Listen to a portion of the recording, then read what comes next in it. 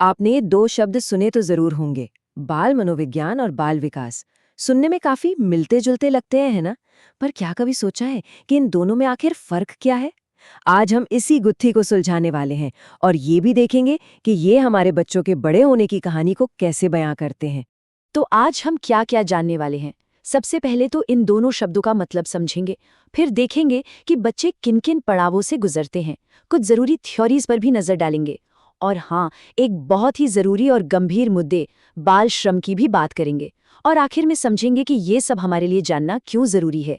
तो चलिए बिना देर किए सबसे पहले इसी कंफ्यूजन को दूर करते हैं। आखिर बाल मनोविज्ञान और बाल विकास में अंतर क्या है? इसको ना आप ऐसे समझिए, बाल मनोविज्ञान एक माइक्रोस्कोप जैसा है जो बच्चे के दिमाग के अंदर झांकता है। वो क्या सोच रहा है, कैसा महसूस कर रहा है, एकदम जूम करके। और बाल विकास वो एक वाइड एंगल कैमरे की तरह है जो पूरी पिक्चर लेता है, जन्म से लेकर बड़े होने तक उसका शारीरिक, मानसिक, सामाजिक हर तरह का विकास। तो जब हम बाल मनोविज्ञान की बात करते हैं ना, तो हमारा पूरा फोकस बच्चे की अंदरूनी दुनिया पर होता है।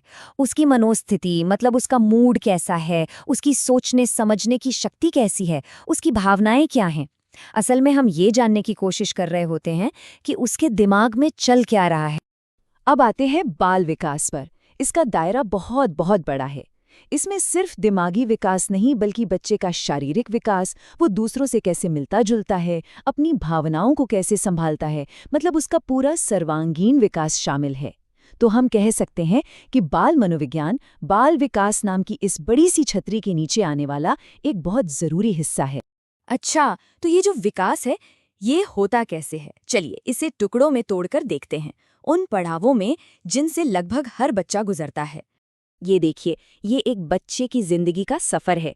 एक नवजात शिशु जो पूरी तरह दूसरों पर निर्भर है, वहां से शुरू होकर एक किशोर बनने तक जो अपनी पहचान बना रहा होता है। हर पड़ाव अपने आप में एक बड़ा बदलाव है। नई नई काबिलियत आती हैं, नई चुनौतियां भी। चलिए एक स्टेज को थोड़ा करीब से देखते हैं। 2 साल का बच्चा, अरे बाप रे, ये उम्र तो तूफान की तरह होती है। वो हर वक्त कुछ ना कुछ खोज रहा होता है, दौड़ना, कूदना, उछलना, एनर्जी से भरपूर। उसकी वोकैब्युलरी एकदम से बढ़ने लगती है। और हाँ, इस उम्र में उसे लगता है कि पूरी दुनिया उसी के लिए बनी है, हर चीज बस उसे ही चाहिए। ये उनके विकास का एक बहुत ही दिलचस्प और जरूरी हिस्सा है। तो सवाल ये है कि ये जो सारा विकास हो रहा है, इसके पीछे का साइंस क्या है? एक्सपर्ट्स ने इसे समझने के लिए कुछ बड़े कमाल के सिद्धांत दिए हैं। आइए दो सबसे जरूरी सिद्धांतों पर एक नजर डालते हैं। देखिए, क्रो और क्रो जो बड़े मनोवैज्ञानिक थे, उन्होंने इसे कितनी खूबसूरती से समझाया। उन्होंने कहा कि बाल मनोविज्ञान वो विज्ञान है जो जन्म से लेकर बड़े होने तक एक इंसान के विकास को पढ़ता है। बिल्कुल सटीक बात। अब दो बड़े नाम आते हैं, जीन पियाजे और लेव वाइगोत्स्की। पियाजे का मानना था कि बच्चे छोटे वैज्ञानिक होते हैं। वो खुद ही खेलते हैं, चीजों को टटोलते हैं और अपने आसपास की दुनिया से सीखते हैं। वहीं वाइगोत्स्की ने कहा कि नहीं, समाज का भी बहुत बड़ा रोल है। बड़े लोग, माता पिता, शिक्षक, ये बच्चे को सही समय पर थोड़ी मदद देते हैं, एक सहारा जिससे वो नई चीजें सीख पाता है। लेकिन क्या हो जब विकास की ये गाड़ी पटरी से ही उतर जाए, जब किसी बच्चे को खेलने और सीखने का ये मौका ही ना मिले?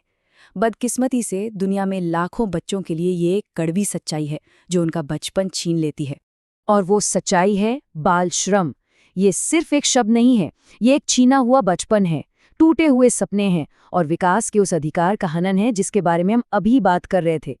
जरा इस आंकड़े पर गौर कीजिए, 21.5 करोड़। पूरी दुनिया में 14 साल से कम उम्र के इतने बच्चे आज स्कूल में नहीं बल्कि काम पर हैं। ये एक बहुत बड़ी त्रासदी है जो ना जाने कितने बच्चों के भविष्य को अंधेरे में धकेल रही है। और ये एक ऐसा जाल है जिससे निकलना बहुत मुश्किल है। गरीबी, अशिक्षा, इन वजहों से बच्चे मजदूरी करने पर मजबूर होते हैं और इसका नतीजा क्या होता है? वो पढ़ाई से दूर हो जाते हैं, उनका शारीरिक और मानसिक स्वास्थ्य खराब हो जाता है और ये चक्र एक पीढ़ी से दूसरी पीढ़ी तक चलता रहता है। तो अब इन सारी बातों को जोड़कर देखते हैं। एक तरफ बच्चे का मन और उसका विकास और दूसरी तरफ बाल श्रम जैसी कठोर हकीकत। इन सब का आपस में क्या कनेक्शन है? बात बहुत सीधी है। जब हम किसी बच्चे के विकास को सुरक्षित करते हैं, उसे खेलने, पढ़ने और एक महफूज माहौल देते हैं, तो हम सिर्फ उस एक बच्चे का भला नहीं कर रहे होते, हम एक बेहतर समाज की नींव रख रहे होते हैं।